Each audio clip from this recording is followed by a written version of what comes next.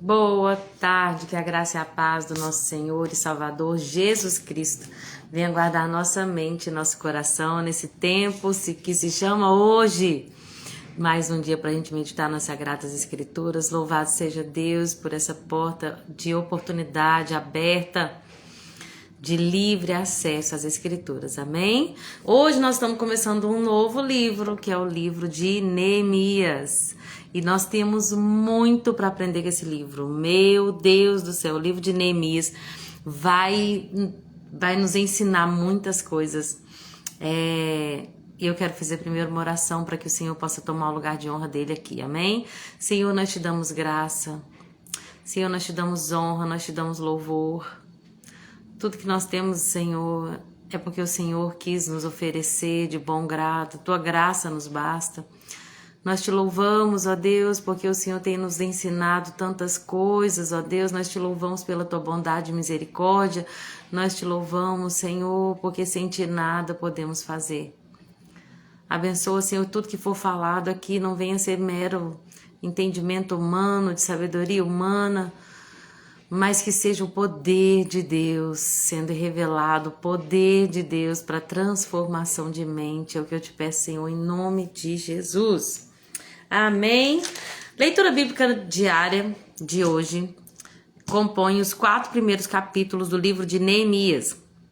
O livro de Neemias, ele vai falar sobre reconstrução, né? Assim como Esdras, né? No livro de Esdras a gente viu um povo que retornou do exílio com o primeiro grupo que tinha ali a tarefa, né, de começar a reconstrução do templo. Vão lançar os fundamentos, antes de lançar os fundamentos, vão restaurar o altar, vão começar a fazer os sacrifícios, ou seja, vão voltar à prática da adoração. E aí vão lançar os fundamentos e vão começar a reedificação do templo. Depois tem um novo grupo que volta com Esdras, né? E agora a gente vai focar num contemporâneo de Esdras, que é Neemias, mas cujo papel era liderar o povo ali na reconstrução dos muros. A reconstrução dos muros de Jerusalém era importante, mas não apenas para o quesito físico, não apenas para a parte física de Jerusalém, era importante também pelo significado espiritual. Então a reconstrução dos muros simbolizava não apenas uma restauração da segurança do povo, da identidade da cidade, mas também do aspecto espiritual. Um povo que novamente está tampando as brechas, que está se separando, que está se santificando, se consagrando de novo a Yahvé. Amém? Então hoje nós vamos falar sobre a liderança de Neemias e como que Neemias nos ensina, gente. Meu Deus, tem muita coisa pra gente falar aqui hoje sobre esse grande líder. Deixa eu cumprimentar aqui a Jéssica, novamente você por aqui, amada, como é bom ter você por aqui conosco. Deus abençoe você, as meninas. A Vivi, minha amiga do céu, tá aqui também. Que bênção ter você por aqui. Nossa, eu tava estudando o livro de Neemias e logo pensando em você, sabia? Eu tava pesquisando sobre o capítulo 2 e fala que sobre o planejamento e a execução da missão. Como que deve ser antes de executar uma missão. O planejamento e a execução. Meu Deus, eu fiquei assim pensando, Deus, Deus é bom. Vamos lá então. Louva a Deus pela vida de vocês, viu? Que essa live seja edificante, que o Senhor possa nos trazer restauração de mente, né? Que não sejam só palavras de sabedoria humana, que não mudam nada na vida de ninguém, mas que seja de fato o poder de Deus, poder transformador de Deus. Amém? Vanilda, seja bem-vinda, minha sogra querida. Hoje vai dar, glória a Deus. Vanilda que estava aí cheia de coisas para resolver, né, Vanilda? Mas graças a Deus, que bom ter aqui você aqui conosco, viu? Amém, Jéssica, amém. Glória a Deus por isso. Perdão. Então vamos lá, gente, falar de Neemias. Neemias, ele era um copeiro, né? Eu sei que a maioria sabe, mas eu vou repetir porque tem pessoas que veem a live que estão aprendendo agora a Bíblia, né? O que um copeiro do rei fazia? Vamos entender aqui, contexto histórico. Enquanto algumas pessoas já tinham voltado, né? Tinha vindo aquele primeiro grupo com o governador e com o sumo sacerdote, governador que era o Zorobabel e o sumo sacerdote que era Jesua. Já tinham 2 grupos já voltado, né? Esse com o governador e com o sumo sacerdote, e um segundo grupo com Esdras. Lá na Babilônia, na verdade agora a gente tá no reino persa, né? O rei Artaxerxes, lá na fortaleza de Suzão, né? O reino persa, já não é Babilônia mais, perdão. Porque os reis persas conquistaram a Babilônia, né? Nós falamos de Ciro aqui, então agora a gente tá no rei Artaxerxes. E agora a gente tá num contexto de Neemias 1, de um homem de Deus, um judeu que era copeiro do rei. E o copeiro do rei, ele tinha uma função de extrema confiança. Ele era um homem extremamente confiável. O rei confiava a Neemias a sua própria vida.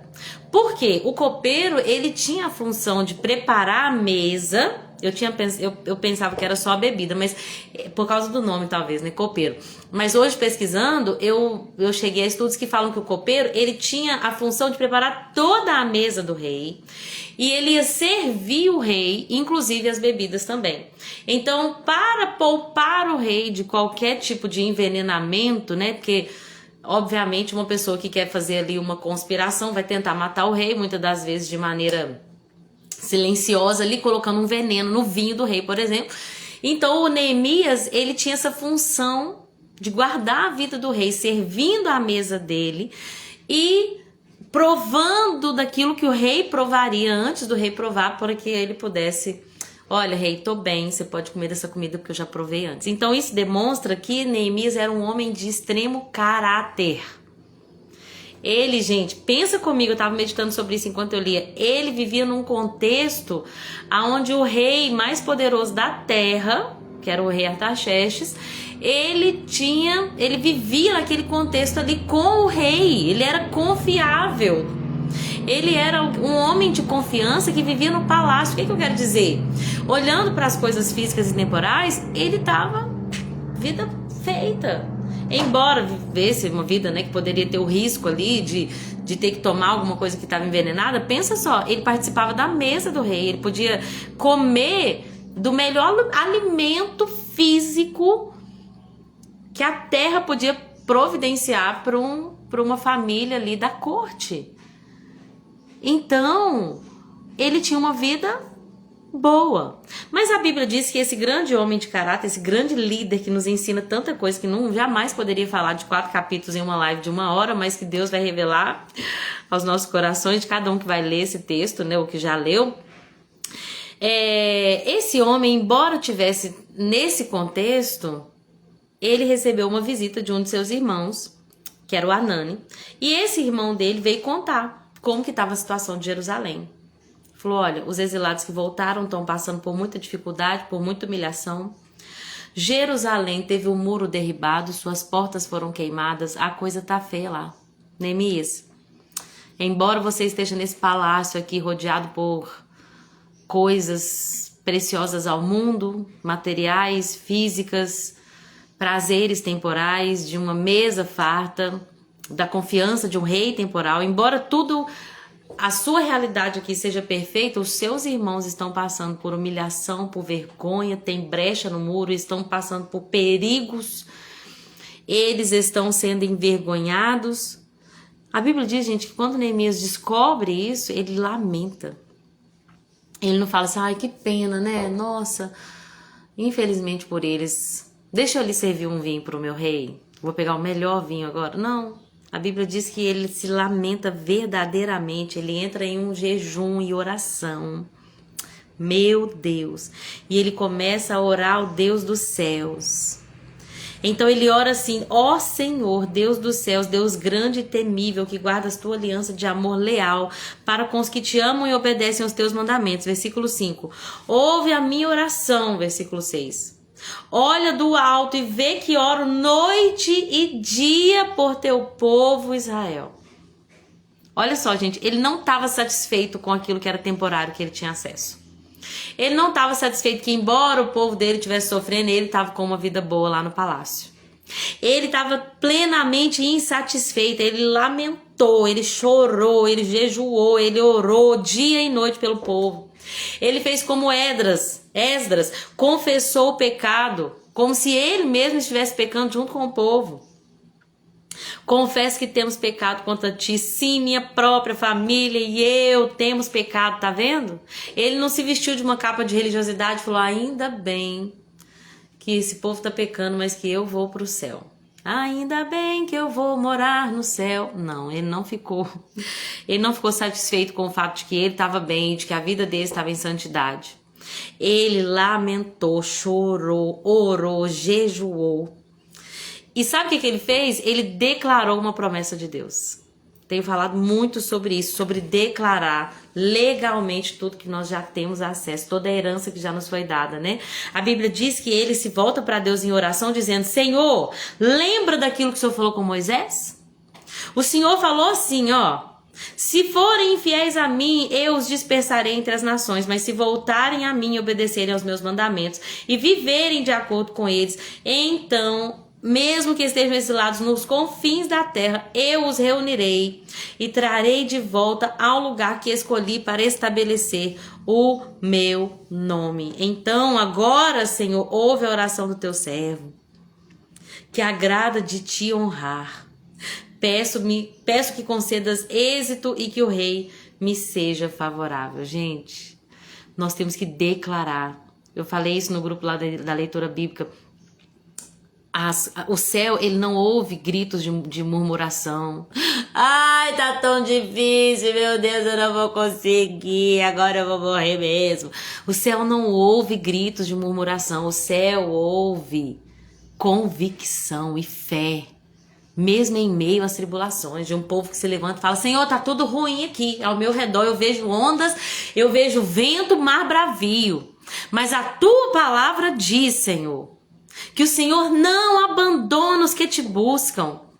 Tua palavra diz, Senhor, a gente não está pregando para Deus, a gente está enviando decretos para o reino espiritual. Porque o reino espiritual se move pelas nossas palavras e convicções, não palavras soltas. Aquele que habita no esconderijo do Altíssimo, a sombra do Onipotente. Não é isso, é uma palavra carregada de fé e convicção. Neemias falou, Senhor, nós estamos aqui, confesso que temos pecado contra ti. Mas lembra-te do que dissestes a teu servo Moisés, que se o teu povo desobedecesse e fosse exilado, e se eles se arrependessem, o Senhor os faria de volta, ainda que estivessem nos confins da terra. Lembra das tuas palavras. Ele não está pregando para Deus, ele não está exigindo de Deus, ele está declarando com a sua boca aquilo que Deus já disse. É isso que a palavra de Deus diz quando fala, a tua palavra não voltará, a minha palavra não voltará para mim vazia. Ou seja, Deus falou uma palavra. Quando nós a declaramos, ela não volta vazia. Mas ela cumpre o resultado para o qual foi enviada. Amém? Então Neemias declarou aquilo que Deus prometeu para Moisés. Nós lemos isso em Levítico, lemos em Deuteronômio. A primeira coisa que ele fez antes de começar qualquer coisa, qualquer missão, ele orou. Ele pediu a Deus, Senhor, me dá êxito diante do rei. A Bíblia diz, gente, que o Neemias apareceu triste na presença do rei. E eu pesquisei um pouquinho sobre isso. Num palácio, isso poderia custar a vida de Neemias. Porque na presença do rei, todo mundo tinha que estar feliz. Era alegria. Palácio, você tem que estar alegre. Ah, mas eu não estou muito bem hoje. Não tem problema. Quer dizer, não tem problema. Não quero saber. Problema é seu. Na presença do rei é todo mundo, ó. Tô aqui, é um prazer te servir. Tá? Na presença do rei não tem essa de, hoje meu dia não foi bom. Você tá aqui para servir o rei. É o majestoso. É o soberano. Não existe essa não, de que hoje eu não tô bem, vou ficar com a cara burrada aqui. Isso poderia custar a vida de Neemias. Mas ele demonstrou, mesmo apesar dos perigos, ele demonstrou a sua tristeza na presença do rei. Então o rei Artaxerxes achou aquilo esquisito, porque aparentemente eles já tinham ali realmente uma amizade a ponto de um conhecer o outro. Que o Artaxerxes vira para ele e fala assim, olha, eu nunca te vi triste. Por que você está com o rosto tão triste? Você não parece doente? Você deve estar profundamente angustiado. Olha como que a vida de Neemias importava para o rei. Deixa eu te falar uma coisa, a sua vida importa para o Senhor. Ah, mas ele é o rei de toda a terra, ele é o soberano, eu não sou ninguém, eu sou só um servo. O Senhor se importa sim com suas emoções, né, Vivi? Ele se interessa sim pelos seus sentimentos, ele se importa com você. E essa não é uma palavra coaching só para elevar sua autoestima, não. É uma palavra para filhos e filhas que muitas das vezes se sentem tão sozinhos que parecem que estão desanimados, parece que foram abandonados. Você não está abandonado na terra. Se você é filho de Deus, ele se importa com você. Gente, isso para mim foi um baque, assim, quando eu entendi isso, porque eu sempre vi um Deus que cuidava da massa, né? Eu sempre falo isso, um Deus que se importa com a massa, é o Deus dos crentes. É o Deus desse povo aqui que professa uma religião. Até eu entender que não, ele é o Deus que tem um relacionamento pessoal com seus filhos, não é com pessoas que professam religião. Ele tem um relacionamento, ele quer ter relacionamento pessoal com cada um dos seus filhos, é individual. Ele trata com a massa, sim. Quem é a massa que Deus trata? A igreja de Cristo Jesus, a noiva de Cristo na terra, a igreja de Jesus na terra. Se importa com a igreja? Demais. É a noiva do Cordeiro. Mas ele não trata a gente só na massa. Ele trata a gente individualmente. Ele se importa com cada um. Neemias era só um servo, mas na presença do rei, o rei pergunta para ele: por que você tá tão triste, Neemias? Você não parece estar doente? Eu nunca te vi assim, Neemias. O que tá acontecendo com você, meu filho? Paz do Senhor Jesus, Andréia, minha querida amiga, missionária, mulher de Deus. A Chiquinha também entrou e a Paty, minha amiga. Sejam todas bem-vindas, viu? Estamos falando sobre esse grande homem de Deus. Gente, tem tanta coisa pra gente aprender. E eu tava assim, gente, planejamento da missão. Seria muito bom hoje falar isso para as missionárias. Aí as missionárias estão aqui na live. Quando o Senhor quer fazer, ele faz, né? Fala a verdade. Gente, que coisa linda é andar em espírito. Glória a Deus pela vida de cada uma de vocês. Todas vocês são missionárias, tá? Deixa eu deixar isso bem claro. Embora existam aquelas que Deus separou para fazer uma missão específica na terra, todos nós também somos missionários de alguma maneira, mesmo que disfarçados, né? Tem professoras aí que estão... Tem missionárias que estão disfarçadas de professoras, missionárias que estão disfarçadas de do lar, missionárias que estão disfarçadas de médicas e de enfermeiras. Todos nós temos uma missão, que é ir de pregar o evangelho, amém? Então, gente, a primeira coisa que ele fez foi orar. Ele não foi já direto ali pedir ao rei qualquer favor. Primeiro ele pediu favor ao rei dos reis, ao Senhor dos céus. E a gente não pode esquecer disso. Tem pessoas que Deus vai levantar para nos entregar recursos, para abrir caminhos. Deus usa a fé e a política, sim, Deus pode usar pessoas estrategicamente para nos entregar recursos, empresários, homens com títulos na cidade, títulos da política, títulos da religião, pessoas que podem ser usadas por Deus, instrumentos de Deus, para abrir um caminho. Mas a primeira pessoa que a gente consulta antes de qualquer missão é o Senhor dos céus. A gente ora, jejua, consulta, pede a ele a direção, pede a ele o favor diante dos homens, porque quando Deus quer, ele move até o coração do rei. Se Deus quiser mover o coração do Lula para uma causa missionária no Brasil, ele vai mover, porque Deus faz o que ele quer. Deus faz o que ele quer. Olha o que o rei pergunta para... Aí ele fala, né, deixa eu voltar aqui. Então o rei olha para Neemias e fala: você tá triste demais, o que aconteceu, Neemias? E Neemias, a Bíblia diz assim, ó: fiquei com muito medo, mas respondi. Eu acho lindo, gente. A Bíblia não esconde, a Bíblia não fala, não mostra as pessoas como se elas fossem super poderosas. Não existe disso, sem nenhum temor. Neemias respondeu prontamente: olha, rei, o que eu quero é isso. A Bíblia diz que ele teve medo, porque o rei podia mandar matar ele naquele momento, gente. O rei tinha poder tanto para levar Neemias quanto para mandar matar ele agora. Você tá triste na minha presença? A Bíblia diz que a rainha estava do lado, gente. Como? Que desaforo é esse? Um servo meu com essa cara de quem comeu e não gostou. Mas a Bíblia diz que ele se preocupa com Neemias. E aí Neemias, mesmo com medo, vai. Tá com medo? Vai com medo mesmo. A Bíblia diz que ele diz assim, ele narra: fiquei com muito medo, mas respondi que o rei viva para sempre. Mas como meu rosto não pareceria triste, a cidade onde estão sepultados os meus antepassados. Lembra que eu falei como para o judeu é importante o lugar onde ele foi sepultado? A cidade onde estão sepultados os meus antepassados está em ruínas. Suas portas foram destruídas pelo fogo. E aí, olha o que o rei pergunta para ele. E o que você deseja que eu faça?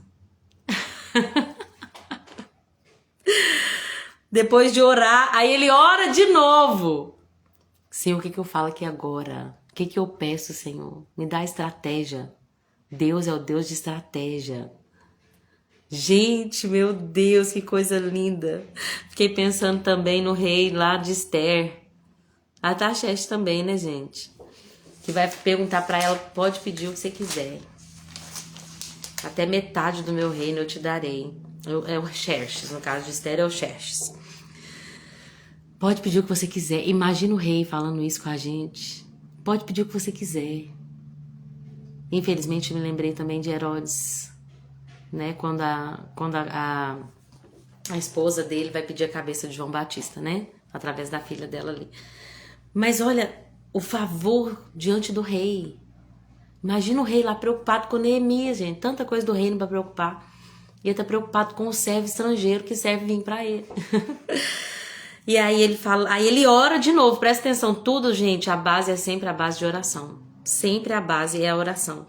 A Bíblia diz que ele ora de novo. Depois que ele ora, ele responde: se parecer bem pro Senhor, se o rei for favorável a mim, seu servo, eu peço que o Senhor me envie para ajudar. Deixa eu voltar lá para minha cidade. Você quer sair do palácio? Tem certeza? Tem. Mas lá é perigoso. Você vai enfrentar lá perseguição, batalha, afronta. Você vai lidar com o seu próprio povo, que eu vou te falar um negócio, não é fácil, não. Lidar com o seu próprio povo. Vai ter gente que vai te julgar, vai ter gente que vai julgar suas intenções. Nem todo mundo vai aprovar, vai ter aquele que você quer que faz, não vai fazer.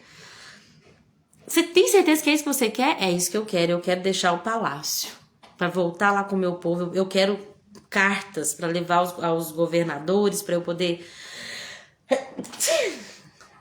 poder ter segurança, para chegar até Judá. Eu peço também uma carta para eu pegar madeira. E aí a Bíblia diz que o rei atendeu a todos esses pedidos, porque a bondosa mão de Deus estava sobre mim. É a mesma fala que Esdras fala. É a mesma expressão. A bondosa mão de Deus estava sobre nós. A bondosa mão de Deus estava sobre mim. Gente, a bondosa mão de Deus está sobre nós. E cada um de nós tem uma função nesse reino. Se nós estivermos no lugar que Deus nos chamou para estar, e nós viveremos proeza, não importa a nossa idade, não importa a nossa pequenez, não importa nossos talentos, se nós nos dispusermos. Será que Deus encontra um disposto? Porque ele disse, se eu encontrar um disposto, um intercessor para Jerusalém, eu vou fazer. Lá em um dos profetas vai falar, eu procurei um que intercedesse pelo meu povo, não achei. Tem até uma música da Tamires Garcia que fala assim, se o que for necessário, não lembro exatamente, for uma pessoa disposta, eu me disponho, eu lembro só essa segunda parte, eu me disponho, se é um só que Deus precisa, eu me disponho, meu Deus, aleluia, levanta-se, dispostos. A Bíblia diz que ele volta então, e aí ele vai aos governadores, e aí o rei enviou os oficiais, mas olha que interessante, a Bíblia diz que Sambalate e Tobias, quando souberam da chegada de Neemias, ficaram irritados, porque alguém veio promover o bem dos israelitas. Nós não somos meninos na fé. Nós não podemos ser imaturos. Todas as vezes que nós nos levantamos para edificar algo que é de Deus, nós vamos lutar contra a oposição maligna. Nós vamos lutar contra. Sabemos que fiel é o Senhor, maior é o que está conosco do que o que está no mundo, e sabemos que não vai ser fácil, porque Jesus também falou, no mundo vocês vão enfrentar aflições. Eu tive a vontade de pesquisar o que significam os nomes Sambalate e Tobias. E eu me deparei com algo muito interessante, porque pegando a Bíblia Strong, pegando o nome Sambalate significa força. E simboliza essa resistência, essa oposição, essa força opositora, que vai se levantar todas as vezes que nós quisermos fazer algo para Deus. Mas o nome Tobias significa Jeová é bom ou Yahvé é bom. Eu fiquei assim, acho que eu não vou nem falar sobre isso na live, porque isso vai ser muito complexo. Como que eu vou falar que o nome do inimigo é que Jeová é bom? E aí lá na Bíblia Strong, eu achei muito interessante que fala assim, que esses inimigos, eles simbolizavam que apesar de uma força e de uma resistência, de uma oposição, mesmo através dos inimigos, Deus vai provar que Jeová é bom. Eu fiquei assim, gente, que coisa. Nosso Deus, ele não é gente mesmo, não. Apesar da força opositória, Deus é bom. E ele vai usar o inimigo para provar sua bondade. Até no nome do inimigo a gente vê a bondade de Deus, gente. Que coisa linda. É lindo falar, mas não é fácil viver. Porque esses homens, eles, olha que coisa, eles ficam irritados por saberem que alguém ia fazer algo bom para os israelitas, para o povo de Deus.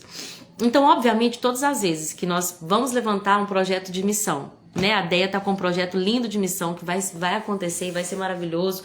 Ontem eu até conversar com você, Vivi, sobre esse projeto, só que a gente acabou indo com os assuntos e eu esqueci. Um projeto de missão pra gente alcançar ali no bairro João Paulo. E vai ser lindo.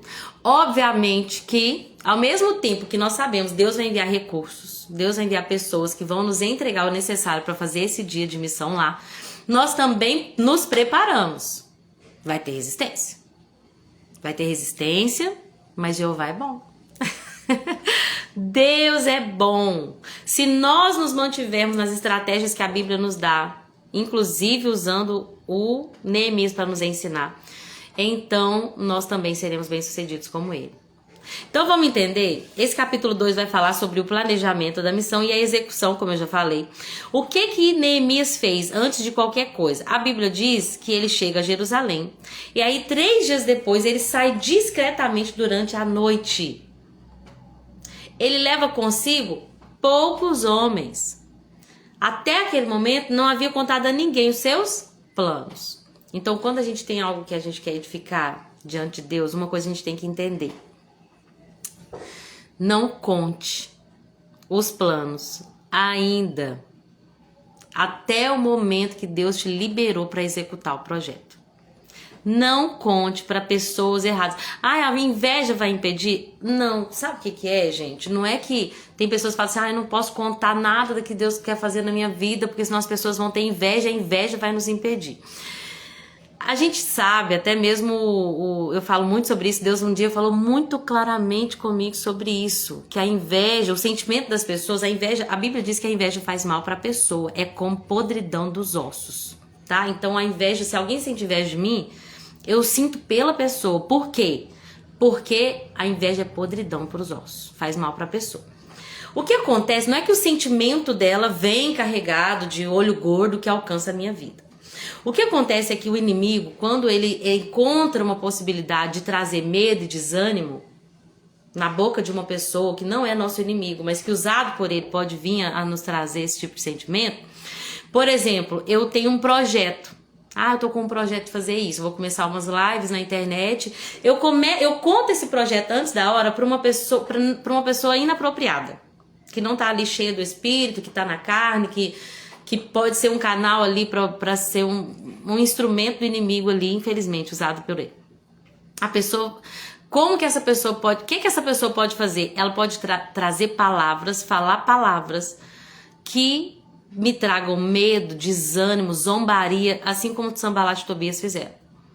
Então a primeira coisa que eles fizeram foi trazer a zombaria. Não, mas você vai começar esse projeto? Mas você é doido, você vai ver. Você vai falar um monte de coisa lá, você vai falar um monte de coisa errada. É muito difícil essas coisas. Não, é muito difícil, você vai ver. Então, quanto mais a gente fala, mais a gente erra. Você vai errar, as pessoas vão te criticar, vão te julgar. Fora que você vai gastar um tempão fazendo isso.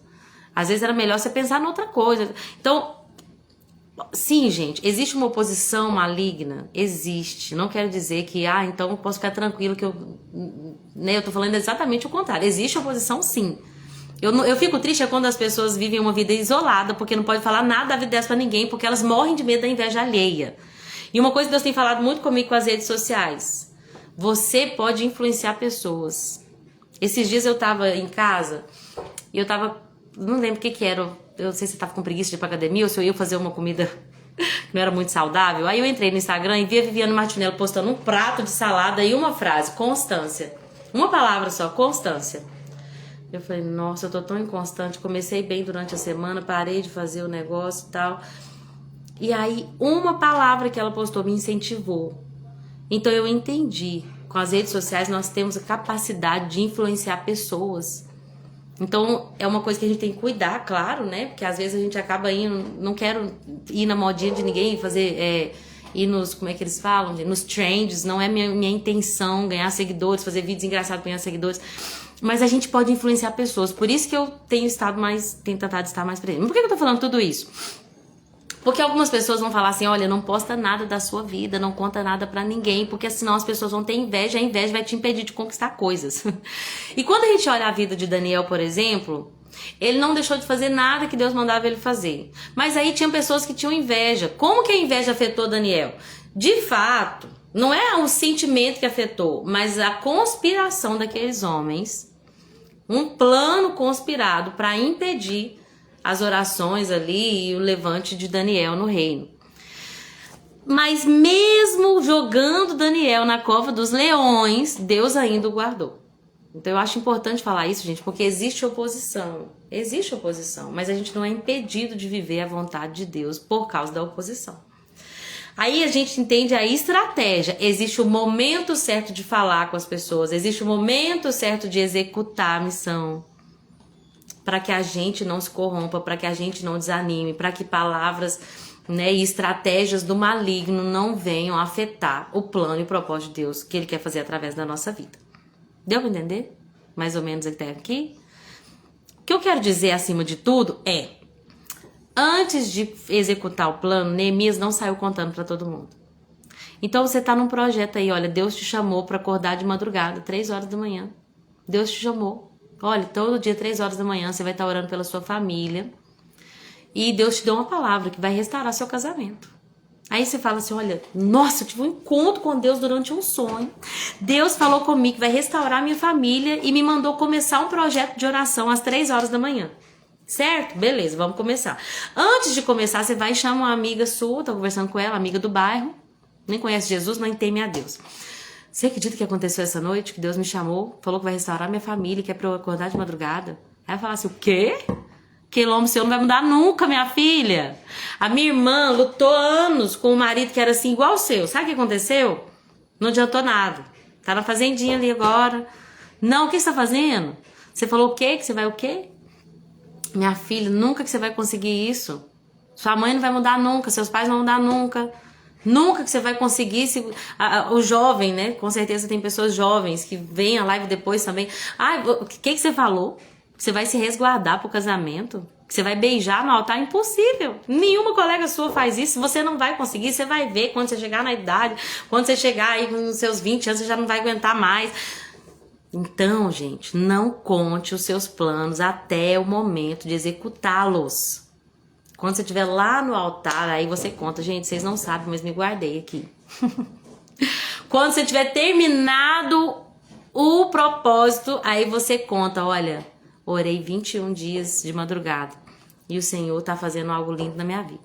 Não vai deixar de contar não, porque a gente tem que glorificar a Deus, tá bom?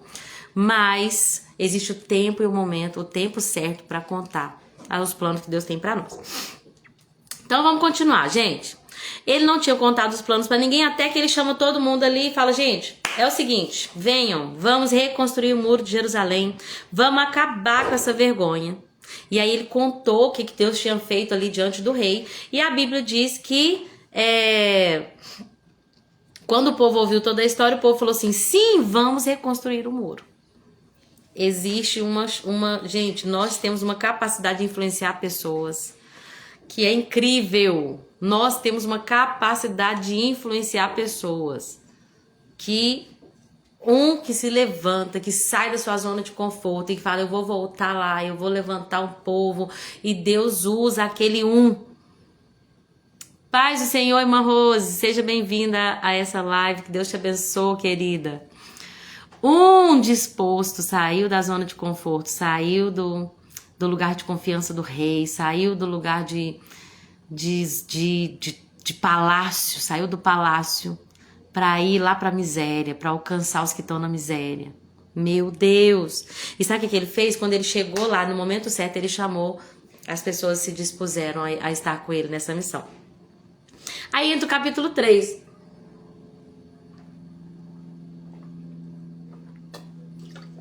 Posso ouvir um glória a Deus? Aleluia! Entra o capítulo 3, gente. Ai, o Senhor é muito lindo. Eu tava lendo isso, eu falei, não, gente, eu não achei isso aqui que eu li em nenhum lugar, tá? Porque tem muitas coisas que eu pesquiso, eu gosto de ver alguns comentários dos gigantes da fé, eu gosto de ouvir o Wesley, o que o Wesley falou. Já mostrei pra vocês a ferramenta lá, né, da Nep Search, que é uma bíblia online. Era até uma bíblia espírita, então tem umas outras coisas lá, alguns livros espíritas, mas ela também, ela mescla todos os comentários de homens gigantes da fé, o Champlin, o Beacon, a Bíblia Genebra, o Wesley, quem mais? Tem o Matthew Henry, o Russell Shedd, são grandes homens de Deus, que Deus levantou. E aí, quando você coloca um capítulo lá, e aí você vai lá embaixo, aí tem os mapas, tem que pegar a palavra e dá pra ver o strong de cada palavra, o significado, e tem como também você ler esses comentários. Glória a Deus, vocês estão aí, né? Então... mas isso aqui que Deus falou comigo, eu não achei nenhum comentário. Eu pesquisei vários, não achei nenhum comentário. É o Senhor abriu minha mente quando eu tava lendo esse capítulo 3. Capítulo 3 vai falar desse começo dessa obra. Começaram a reconstruir os muros. A Bíblia diz que o sumo sacerdote, que era Eliasibe, e os outros sacerdotes começaram a reconstruir a porta das ovelhas. Ah, quando eu li isso eu fiquei doida, gente. Quando a gente começa a reconstruir os muros, por onde a gente começa, gente? Pela porta das ovelhas. Eu me lembrei de Jesus falando lá em João 10:7. Eu sou a porta das ovelhas. Meu Deus! Eles começaram a reconstruir o muro, e o muro, ele era circular, né? O muro de Jerusalém. Então, eles vão, eu até tô fazendo assim, mas era um sentido anti-horário, né? Desculpa. Eles vão no sentido horário, começam com a porta das ovelhas. Nós vamos, deixa eu ler lá em João 10:7. Ele diz que ele é o bom pastor, né? Olha só, versículo 7. Por isso ele explicou: eu lhes digo a verdade, eu sou a porta das ovelhas. Todos que vieram antes de mim eram ladrões e assaltantes, mas as ovelhas não os ouviram. Sim, eu sou a porta. Versículo 9 do capítulo 10. Quem entrar por mim será salvo. Entrará, sairá e encontrará pasto. O ladrão vem para roubar, matar e destruir. Eu vim para dar vida e uma vida em abundância. Aqui na seleção fala uma vida plena, que satisfaz. Eu sou o bom pastor e o bom pastor dá a sua vida pelas ovelhas. Então lá em Neemias 3 a gente vê que o começo da construção foi feito, o começo da reconstrução dos muros foi feito pelo sumo sacerdote, que aponta para Jesus, porque é o nosso grande sumo sacerdote, e começaram a reconstruir a porta das ovelhas. Ai, meu Deus, isso é muito lindo, gente. Para reconstruir o muro, a gente tem que começar por Jesus. Para restaurar a nossa vida. Como que eu restauro a minha vida? O que é a primeira coisa que eu preciso para restaurar a minha vida? Tô perdida, o que eu faço? Começa por Jesus. O começo é Jesus, o meio é Jesus e o fim é Jesus. Jesus é a porta, é o caminho, ele é a verdade, ele é a vida, ele é o único intercessor, ele é o único intermediador entre nós e o Pai. Ele é o percurso, ele é o destino. Nós começamos uma obra de reconstrução na nossa vida através de Jesus. Ele tem que ser o fundamento. Toda a igreja deve ter esse fundamento. A igreja dele deve ter esse fundamento. Ele é o começo de tudo. A motivação deve ser Jesus. De tudo que eu faço, de tudo que eu tenho, de tudo que eu compro, de todos os projetos, de toda a reconstrução da minha vida, das minhas motivações, pro ar que eu respiro hoje. Tudo deve ser Jesus. Quando a gente pega o capítulo 3 de Neemias, o primeiro versículo fala que eles começaram a reconstruir a porta das ovelhas, eles andaram no sentido horário, até o último versículo de Neemias, versículo 32 do capítulo 3, que fala assim, ó: os outros ourives e negociantes consertaram o muro, desde a sala superior da esquina até a porta das ovelhas. Então o capítulo 3 começa com a porta das ovelhas termina com a porta das ovelhas. Da mesma forma, a nossa vida, cuja história é contada na palavra de Deus, começa com Jesus e termina com Jesus. Quando Deus disse, haja luz, ele estava se referindo a Jesus. Por quê, gente? Porque a luz que nós vemos aqui, ela veio através do sol. Mas os luzeiros só foram criados no 4º dia. E Deus não disse haja luz? Ele estava profetizando já o Cordeiro antes mesmo da fundação do mundo. Havia sido imolado para que nosso relacionamento fosse restaurado. Jesus está no começo e ele é também o Amém. É o último versículo da Bíblia lá em Apocalipse 22. Sim, venho em breve. Amém. Vem, Senhor Jesus. Que a graça do Senhor Jesus esteja com todos. Então Jesus é o início e Jesus é o fim. Amém? Para toda reconstrução, para toda a nossa vida, a gente tem que sondar nossa mente, nosso coração. O que eu tô vivendo hoje? Qual que é a minha motivação?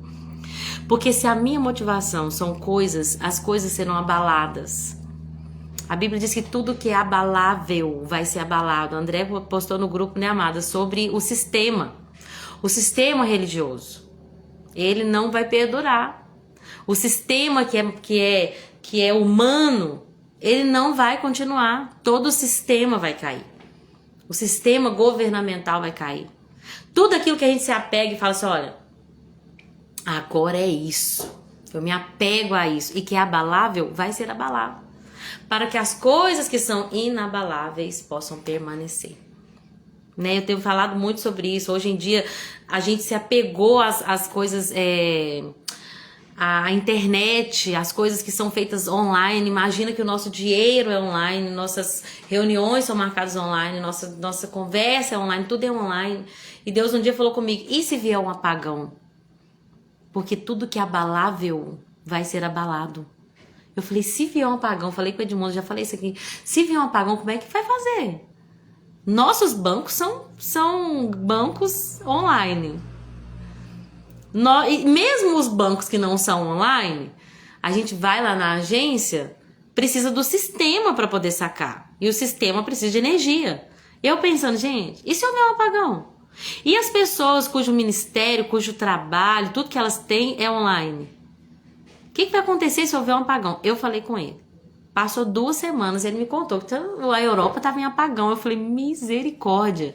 Gente, a gente não pode se apegar a nada. Hoje eu tô fazendo essa live, tá sendo bênção, glória a Deus. Amanhã Deus pode falar, não vai mais, porque não vai ter internet pra vocês. Não vai mais, porque agora você vai... Né? Hoje eu fiquei tão chateada porque o Tiago, né, que já foi até meu professor de canto, também veio falecer, tão jovem, deixou 3 filhos por causa de um câncer, lutou 1 ano e meio com esse câncer e veio falecer. Eu fiquei... Sempre quando a gente chega, né, luta... Quando a gente tá na face da morte, a gente fica muito reflexivo, né? A Bíblia até diz, é melhor um enterro do que uma festa, porque você vai no enterro, você fica, poxa, nossa vida é tão pequena, tão curta, gente, hoje eu tô bem, meu ministério tá avançando, meu trabalho tá me dando dinheiro e lucro. Amanhã eu posso começar uma luta que eu nunca imaginava. Deus sabe. É por isso que a nossa esperança não pode estar nas coisas dessa vida. Nossa esperança tem que estar em Cristo Jesus, porque Ele é inabalável, amém? Ele é inabalável. Todas as outras coisas vão passar, mas a minha palavra, diz o Senhor, não vai passar. A Bíblia diz, gente, no capítulo 3, uma coisa que eu acho muito linda, essa cooperação. Todo o povo, inclusive no versículo 11, fala de um homem, Salum, filho de Alós, que ele e as filhas dele consertaram um trecho do muro. Por que eu tô falando isso? Porque nós estamos falando de uma sociedade extremamente machista, onde só os homens podiam fazer coisas, onde só os homens tinham trabalho, onde só os homens podiam estar à frente de obra. Mas aqui no capítulo 3 de Neemias nós estamos vendo todos, a começar pelo sumo sacerdote, os sacerdotes todos das cidades menores, até Jerusalém, que é a maior cidade. Começa com o povo de Jericó, a cidade de Jericó trabalhando ao lado. Depois desse vinham esses. Cada um trabalhava no trecho do muro. Não foi Neemias que pegou as coisas e foi fazer tudo sozinho, porque ele jamais conseguiria. Lembrando que foram necessários 52 dias para a restauração do muro. Eu até tenho não sei se vocês lembram, os mais antigos aqui, tem uma série no meu canal do YouTube, 52 dias... era uma série chamada Confiança, e a gente falava versículos de confiança, várias pessoas foram chamadas até para enviar vídeos, né, e foi uma bênção. Deus colocou no meu coração na época, faça esses vídeos sobre confiança e faça 52 deles, porque aí esses 52 representavam essa reconstrução desse muro, dessa segurança, dessa confiança em Deus, né? O que eu tava falando? Então, eu tô vendo que a Patrícia colocou, trabalhavam em unidade. Gente, que lindo isso. Quantos líderes estão tão sobrecarregados porque eles têm que fazer tudo, porque tudo é sobre eles. A maioria das pessoas que dizem ser igreja, na verdade, só vão a um lugar e esperam receber de quem tá ali. Olha, eu espero que a palavra hoje seja boa, porque eu vim aqui pedindo uma resposta de Deus. E Deus tá falando, você tem a sua responsabilidade. Todo mundo construiu um trecho. Ninguém estava sobrecarregado, ninguém construía mais do que era necessário, do que era possível. Cada um construiu um trecho, e a Bíblia cita 3 vezes que algumas pessoas, especificamente, consertaram um muro em frente à sua própria casa. Como que Deus fala comigo, gente? Como que Deus fala comigo? Isso indica que mesmo aqueles que não foram totalmente em frente da sua casa, eles estavam próximos à sua residência. E isso significa que nós temos uma responsabilidade. Até vi um dos comentários que dizia assim, olha, cada um tem o seu papel e devem estar comprometido com a proteção da sua família. O ministério não é um serviço que para autopromoção. Ministério é serviço para o reino e começa na nossa própria casa, com a gente servindo os nossos filhos. Que não adianta nada eu fazer live, falar a palavra bonita aqui e perder os meus 2 filhos. Adianta nada, gente, nada. Adianta nada eu falar bonito e pregar lá na igreja, pegar o microfone e tal, e as pessoas aplaudirem no final, se eu não consigo ministrar na vida do meu marido, se eu não consigo manter o meu casamento, o meu leito sem mácula. Quantas pessoas, gente, quantos adultérios nós vimos, quantos escândalos nós vimos de pessoas que pareciam ser grandes homens e mulheres de Deus, que talvez até eram, mas acabaram caindo aí nesse lugar de vigilância. O livro de Neemias fala muito sobre vigilância. Vigilância, nós precisamos vigiar. Eu acho muito lindo que fala também que Neemias, ele tinha essa capacidade de entregar as tarefas para as pessoas, de saber dividir as tarefas para as pessoas, de acordo com aquilo que era cabível a elas. E eu oro para que Deus levante esses líderes, sabe? Que tem esse entendimento, esse discernimento, que sabem não tomar tudo para si, carregar aquele fardo que parece que está morrendo, mas que sabem compartilhar as tarefas, que olham para as pessoas e falam, olha, eu sinto que você foi chamado para estar nesse lugar. Eu sinto que você deve estar aqui, você aqui, sabe, Neemias. Vamos orar para que Deus levante Neemias. Líderes capazes de enxergar esse corpo. Nós vimos isso, até anotei aqui, em 1 Coríntios 12, vai falar a partir do 27 que nós somos um corpo e que cada membro tem sua função.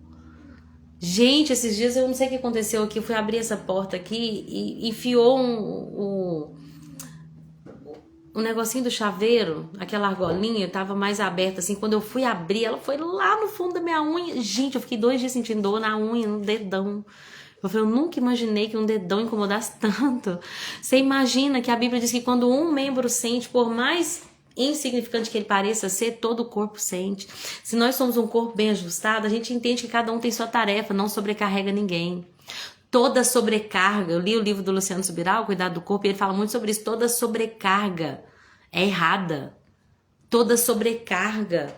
A Bíblia diz lá, né, para Timóteo, Paulo fala assim, olha, que as viúvas que têm família não ficam, que a igreja, que existe essa eu não lembro a palavra certinho, o versículo certinho, mas eu lembro que ele falou assim, olha, tem viúvas que a família pode sustentar. Então, nesse caso, que a igreja fique livre de ter que sustentá-la também, para não sobrecarregar a igreja. Porque aí a igreja vai sustentar as viúvas que não têm família, as viúvas que não têm recurso, ninguém para ajudar. E aí ele vai falar sobre isso, porque ele era bem gordinho, então ele falava que Deus um dia ministrou na vida dele com esse texto. Nenhuma sobrecarga é benéfica. Ah, mas ele é homem de Deus, deixa que ele pega tudo e faz e resolve e idealiza o projeto, e executa o projeto e corre atrás do que for necessário. É homem de Deus, mas é homem. Elias era homem como nós, a Bíblia diz. Se Elias era homem como nós e passou por depressão, passou por sobrecarga, ficou cansado e foi para a caverna, cada um de nós estava sujeito a ir também para a caverna. Então a gente tem que entender que no corpo de Cristo não tem sobrecarga. Todo mundo tem um papel. Tem pessoas que vão estar à frente, tem pessoas que vão estar na intercessão, tem pessoas que vão entrar com recurso, tem pessoas que vão entrar com talento, tem pessoas que vão entrar com ensino da palavra, tem pessoas que vão ficar na igreja local, tem pessoas que vão ser enviadas, tem pessoas que vão manter obras missionárias, tem pessoas que vão ir para essas obras missionárias. Cada um tem um papel. E se cada um cumprir o seu papel, ninguém é sobrecarregado e a igreja fortalece toda a comunidade. E esse papel deve começar com a nossa família. Esse papel tem que começar com a nossa família. Não dá, gente. Deixa eu ver aqui. A Jéssica acabou de entrar, minha querida. Seja bem-vinda. Que bom ter você aqui conosco, viu? Saudade de você. Beijo pra você, pra sua família, viu? Deus abençoe. Gente, o primeiro papel de reconstrução deve ser feito no muro que tá de frente à nossa casa. Porque o que adianta eu ajudar meu irmão a construir o muro que está de frente à casa dele e deixar desprotegida a minha casa? O que adianta eu falar assim, olha, eu vou ajudar as irmãs da igreja para que elas sejam grandes mulheres de Deus, para que a família delas esteja blindada, se eu não blindar minha própria casa? A Bíblia diz aquele que acha que está de pé, vigia para não cair. E nesse capítulo 4, a gente vai ver muito isso, falar sobre essa vigilância, gente. Porque o Sambalate ficou furioso quando soube que estavam reconstruindo o muro. E ele começou a zombar. Ele começa a diminuir o povo hebreu. Eles falam para os judeus, olha, e o que esse punhado de judeus fracos pensa que está fazendo? Na minha versão diz isso. Jéssica disse, oi amor, também estou. Beijo para todos aí. Obrigada, querida. Deus abençoe, viu? Percebam como que o inimigo começa com intimidação. Porque ele quer causar medo e desânimo. Então o inimigo começa falando assim, o que esse punhado de judeus fracos? Primeiro ele falou, vocês são poucos. Depois ele falou, vocês são fracos. O que vocês pensam que está fazendo? Olha só, ele está diminuindo eles. Lembra quando Davi falou, eu vou lutar contra esse gigante? O que o Eliabe falou com ele? Por que você não volta lá para suas poucas ovelhas? Lembra que você é só um pastorzinho de um pequeno grupo de ovelhas que fica no meio do mato? Por que você não volta para o meio do mato? O inimigo, ele é zombador, caluniador, falamos sobre isso, né? Em uma das últimas lives. Ele vem com mentira. Ele quer te intimidar. Você nunca vai conseguir fazer isso. Você quer o quê? Trazer restauração para sua família? Você esqueceu do seu passado? Você esqueceu quantas vezes você quis fazer jejum e não fez? Você esqueceu de como que você não lê a Bíblia? Você esqueceu de como que você é fraca? De como que você não tem orado nos últimos anos? Você esqueceu que você nem tá indo na igreja mais? Você esqueceu da maneira como você tem reagido às suas tribulações? Você não vai dar conta nunca. Quem é você para se levantar e achar que vai conseguir restaurar os muros da sua família? Quem é você? Você é pequena. Você é fraca. É isso que o diabo quer fazer. A Bíblia diz que a hora que o Neemias ouviu isso, ele começou a orar. Ouve no Senhor, pois nós estamos sendo ridicularizados. E aí a Bíblia diz que ele ora, ele faz uma oração até meio pesada, né? Senhor, não ignore a culpa deles, não apague o seu pecado. Não foi assim que Jesus nos ensinou, né? Jesus já nos ensinou uma oração diferente, aí a graça, ó, Senhor, não lhes impute esse pecado. Mas aí a Bíblia diz que Neemias resolveu na oração, gente, na oração, que o inimigo nosso não são as pessoas que às vezes ele pode usar para falar conosco. O nosso inimigo, ele tá aqui, ó, nas regiões celestiais, principados, potestades, as hostes espirituais da maldade que habitam nas regiões celestiais, que ficam mandando setinha, que ficam usando as pessoas que não são nossas inimigas. Então a gente não responde essas pessoas. Ah, eu vou responder na mesma moeda. Não, porque você não é filho do maligno, você é filho de Deus. E o filho de Deus resolve as coisas dele no joelho. Quando Neemias foi zombado, ele não foi lá pra alguém segurando ele aqui, me solta que eu vou lá. Ô Sambalate, quem você pensa que você é, o Tobias? Vem cá. Vamos ver quem que é filho de Deus, quem que não é. Não. Ele foi para oração. E aí ele foi falar, Senhor, o Senhor está vendo que eles estão ridicularizando? O Senhor está vendo o que eles estão falando a respeito de nós, Senhor? A Bíblia diz que depois que ele orou, olha só, que interessante, gente, é muito lindo. A Bíblia diz assim, ó, ele orou e aí o muro foi reconstruído até metade da sua altura, pois o povo trabalhou com entusiasmo. A gente não desanima do projeto que Deus quer fazer na nossa vida, na nossa casa. Os nossos filhos são o maior ministério que Deus nos entregou. Eu poderia cantar lindamente na igreja, pregar lindamente em público, mas de nada valeria se eu não conseguisse ser um exemplo para minha filha em casa, um exemplo de mulher para ela. Se eu não conseguisse ser uma intercessora para o meu filho, uma mãe que ajuda na sua criação, que leva para a palavra. E eu sei que nós somos falhos, não estou falando aqui como que já tem alcançado, tem muita coisa para melhorar, meu Deus. Mas a gente tem que voltar a esse lugar de intencionalidade. Eu poderia ser líder de um grupo de células ou líder de um grupo de mulheres na igreja. E eu tenho que amar cada um que o Senhor me entregar, mas acima de tudo, não negligenciar a minha própria casa. Não negligencie os seus filhos. Pregue para eles todos os dias. A Bíblia diz ao sentar, ao levantar, se for necessário, escreve nos umbrais das portas a palavra de Deus. Insista com eles para eles lerem a Bíblia.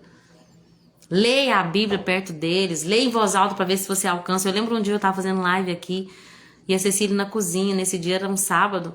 E aí, quando terminou a live, eu fui falar umas coisas com o Edmundo. Ela falou assim, eu vi que você falou isso, isso, isso. Eu não imaginava que ela estava escutando. Então, tenha estratégias para pregar para os seus filhos, para as pessoas que estão na sua própria casa. Gente, não vamos negligenciar a nossa casa. Porque cada um construiu um muro de frente à sua casa. Tô acabando a live já, tá, gente? Aí no capítulo 4 a gente vê, eu até vi um estudo que falava assim, olha, como que o inimigo age? Ele começa com um sarcasmo. Ele quer trazer vergonha, ele quer ridicularizar. Então ele vem com um sarcasmo, você não vai conseguir, é muito pouco, você não é capaz, você vai falhar de novo. E aí você ora e continua a obra com entusiasmo. Quando eles viram que a obra foi até metade, porque as pessoas estavam com entusiasmo, tem outras versões, eu até li a outra versão, não lembro, falam que eles construíram o muro com ímpeto, se eu não estiver enganada. Então eles falam que, olha, eles estavam lá animados com essa obra, não desanimaram com a zombaria dos inimigos. E aí o inimigo veio com uma segunda estratégia, a luta. A Bíblia diz que eles planejavam vir, lutar contra Jerusalém e causar confusão em nosso meio. Então a primeira estratégia, sarcasmo. Segunda estratégia, luta. Terceira estratégia, desunião interna, porque nessa hora as pessoas começaram a se queixar. Então a gente tem que tomar muito cuidado, porque se o inimigo não conseguir nos destruir do lado de fora, ele vai lançar seta para que nós nos autodestruamos, uns contra os outros, um criticando o outro. Aí entra a comparação, a competição, a inveja, o orgulho. Nós temos que tomar muito cuidado, porque a gente tem que amar uns aos outros, apesar dos nossos defeitos. Porque quem comeu 1 quilo de sal comigo aqui em casa vai ver que vai conhecer os meus defeitos.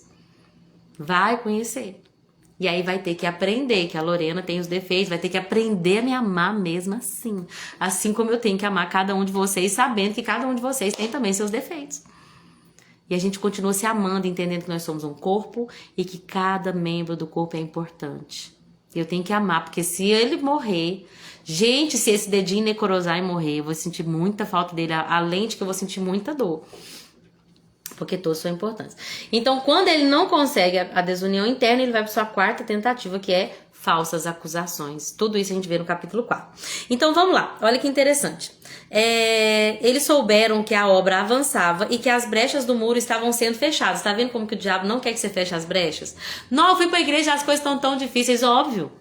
Porque o diabo entrava e saía na sua vida o tempo que ele quisesse. Ele trazia depressão, trazia angústia, trazia o problema, trazia a ansiedade. Ele conseguia arruinar a sua vida. Ele tinha brechas para entrar e sair.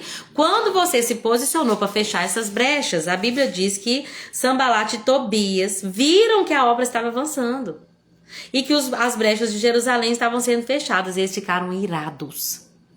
Eu amo quando alguém fala assim, o inimigo está furioso. Aí eu falo, glória a Deus. Porque se ele estiver satisfeito, a gente tá com problema. É sério, gente. Se o inimigo estiver satisfeito comigo e com você, nós não estamos aonde Deus Todo-Poderoso quer que nós estejamos. Então, se o inimigo está furioso, então ótimo. Mas isso não nos tira também o nosso papel de vigilância. A gente não pode ser imaturos na fé. O inimigo ficou furioso. Glória a Deus. O que ele falou? Nós vamos lutar contra eles. Então, a Bíblia diz, mas nós oramos, versículo 9, 4:9. Nós oramos e colocamos guardas na cidade, de dia e de noite, para nos proteger. Vocês entendem, gente? Não dá para parar de ser vigilante. Crente não deixa de ser crente quando faz uma viagem. Crente não pode deixar de ser crente quando as coisas estão tranquilas. Quando, agora Deus realizou meu sonho, resolvi meus problemas financeiros, agora eu vou baixar a guarda, que agora eu vou realizar uns projetos aí que eu sempre... Não! Crente não baixa a guarda, hora nenhuma. Não pode baixar a guarda. A Bíblia diz que nesse momento nós oramos e colocamos guardas. Deus mostrou para Neemias. Eu acho isso lindo. Deus revelou para Neemias os planos dos inimigos. Tem até uma parte que fala assim, ó. Quando os nossos inimigos descobriram que sabíamos seus planos, entendam que Deus nunca nos deixa. Lembra que Eliseu sabia de tudo que ia acontecer? E ele avisava o rei? Olha, o rei da Síria vai fazer isso, isso e isso, que ele tá planejando isso, isso e isso. Lembra? Porque Deus, ele revela para os seus filhos, para os seus amigos, os profetas, tudo que o inimigo está planejando fazer, para que antes que o inimigo faça, nós já tenhamos estratégias para vencê-los. E acima de tudo, Jesus falou várias vezes, vigiem e orem, para que vocês não caiam em tentação. Aí a Bíblia diz que colocou guardas armados atrás das partes mais baixas do muro e nos lugares mais expostos. Então, nos lugares mais vulneráveis. Aonde que é a sua inclinação? Coloca guarda lá. Vigia lá. Eu tenho uma inclinação que é a vaidade, eu tenho inclinação que é procurar o apreço das pessoas, procurar a aprovação das pessoas. Eu tenho uma inclinação que é a impureza sexual, eu tenho uma inclinação que é o amor ao dinheiro, eu tenho uma inclinação porque eu já caí. Por que eu tô falando que eu sei que eu tenho uma inclinação? É aquele pecado que você sempre percebe que tá cometendo. Tem uma inclinação para isso? É a sua parte mais vulnerável, coloca guarda lá. Qualquer sinal de inimigo você já neutraliza. A pessoa, o homem que tem problema, que lutou uma vida contra alcoolismo, ele foge até daqueles bombons de licor. Ele foge dos ambientes. Eu tenho uma raiva quando a pessoa fala, eu saí da fazendinha, eu só vou ali no bar sentar com meus amigos, porque são meus amigos. Eu falo, pelo amor de Deus, o que você tá caçando lá? Foge do ambiente. Tem pessoas cuja inclinação é a fofoca, a maledicência, fala mal do irmão, calunia. Então, sabe aquelas amizades que te levam a falar mal? Foge delas. Tudo que é inclinação. Porque eu amo as riquezas, então eu tô aqui lutando contra esse amor. Apareceu uma vaga de trabalho que eu sei que não é de Deus, mas que eu vou ganhar milhares de dólares por mês. Foge de toda a aparência do mal. Fugir de toda a aparência do mal.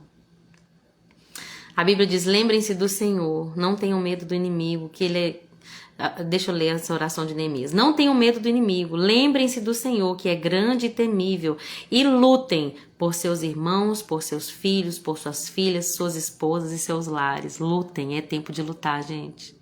É tempo da gente levantar e lutar. Quando os inimigos souberem que os seus planos haviam sido descobertos e que Deus os havia frustrado, nós voltamos ao trabalho do muro.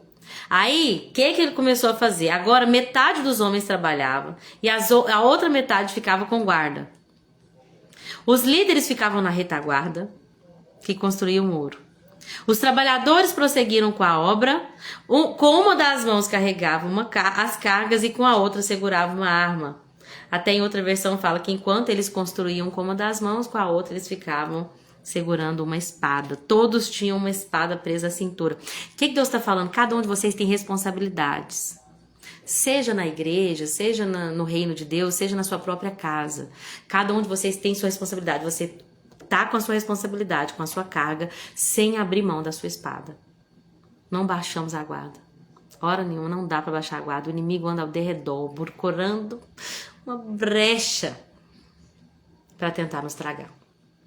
Então, enquanto a gente reconstrói o muro, a gente tá aqui com a espada aqui, ó. O que significa prontidão, vigilância? Qualquer momento o inimigo pode vir, mas eu tô preparado, eu tenho as armas.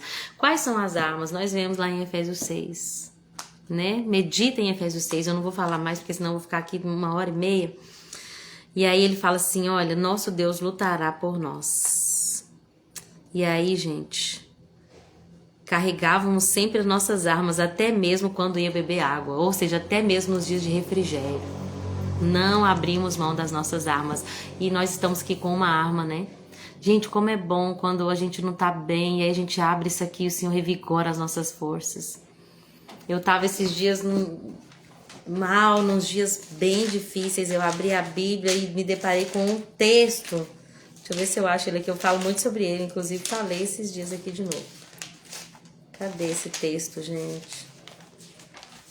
Que o Senhor é Salmo... Agora eu esqueci. Salmo 9:10. Quem conhece o teu nome confia em ti, pois tu, Senhor, não abandonas quem te busca. Eu tava triste. Aí eu abri aqui a Bíblia e vi esse texto. O Senhor não abandona quem te busca. O Senhor não me abandonou. Eu não tô sozinha nessa. E foi me revigorando. Isso aqui é uma arma, gente. A Bíblia é tanto arma de ataque quanto de defesa. Não negligencie a leitura dela todo dia, meditação nas escrituras, passa tempo em oração, leva a Bíblia com você, uma agenda, escreve o que Deus te falar. Tira, sabe uma coisa que tem tirado muito de nós essa vigilância? As distrações. Todo mundo sabe de tudo que tá acontecendo nas redes sociais, todo mundo sabe da série. Joy, desce daí, Joy. Gente, meu cachorro subiu na mesa na minha frente. Todo mundo sabe o que está acontecendo nas redes sociais, todo mundo sabe das séries, todo mundo sabe de tudo. Não é errado a rede social, não é errado assistir uma série, mas nós temos que entender que nada pode nos distrair. Tem hora para tudo. Eu vou me permitir assistir, mas eu vou colocar um tempo específico, ó, eu vou ver isso. E nada que ofende a meu Deus também. Ah, mas é difícil, não tem nada de bom na Netflix. Nada. Então vai assistir documentário, vai procurar filme religioso. Se você quiser um momento de entretenimento, mas não deixa o entretenimento te distrair. Não deixa as coisas dessa vida te distrair. É obra com uma mão e espada com outra mão. Tempo de oração, tempo de jejum, tempo de leitura da palavra, tempo de consagração. Comunhão com os irmãos, tem que ir para a igreja sim, tá? O que a gente faz, principalmente é em casa, nós vamos para a igreja para servir, mas o irmão... Ontem, conversando com a Vivi, né, eu tava fiquei pensando tanto nas coisas que a Viviane me falou, eu falei, gente, como é bom, porque a gente precisa muitas das vezes dos nossos irmãos para nos chacoalhar e nos levar a olhar para o foco. Isso é importante. A gente tem irmãos que vão falar aquilo que a gente não quer ouvir, tá? É muito importante pessoas que vão falar o que nós não queremos ouvir. Já é 3:10, misericórdia. E é isso que eu queria falar hoje de Neemias, capítulo 1 ao 4. Nós vamos continuar amanhã. O livro de Neemias ainda tem muita coisa para nos ensinar. Neemias capítulo 5, 6 e 7 amanhã, né? Sábado. 8, 9, 10, 11, 12, 13. E aí na segunda-feira eu vou falar sobre o resto de Neemias. E na terça-feira eu falo sobre Esther. Combinadinho? Ficamos combinados assim? Eu oro por vocês, vocês oram por mim. Amém? Não deixa de vigiar. Vigiem e orem. Para que vocês não caiam em tentação. Amém, gente? Obrigada a todos. Deixa eu honrar quem ficou comigo até o final. A Vivi, obrigada, Vivi, por tudo. Que Deus te abençoe. A Paty, minha amiga querida. Irmã Rose, querida também. Andréia, Vanilda, que bom que deu para vocês entrarem hoje. A Chiquinha também. A Jéssica, desde o início. Jéssica, que Deus te abençoe grandemente. A Jéssica Narla também, minha querida amiga. Que Deus te abençoe. Que todas vocês possam ser instrumentos de Deus na reconstrução desse muro. Que todas vocês possam reconstruir o muro que cabe ali na parte da frente da sua casa. Que vocês sejam mulheres usadas por Deus como Neemias. Como cada um daqueles ali. Comecem com a porta das ovelhas, comecem com Jesus, tá? Ninguém consegue construir o muro se não começar por Jesus. Ninguém consegue terminar se não for por Jesus. Ele é aquele que começou a boa obra e o que é fiel para terminar. Tem muitas mulheres que querem fazer e querem fazer por si só. Não conseguimos sozinhos, mas Jesus é a nossa força. Amém? Nossa vitória. Deus abençoe, mulheres de Deus. E até amanhã não. Até segunda, se assim Jesus permitir. Não deixem de ler durante o final de semana, tá? Que Deus abençoe, gente. Com Deus. Até amanhã.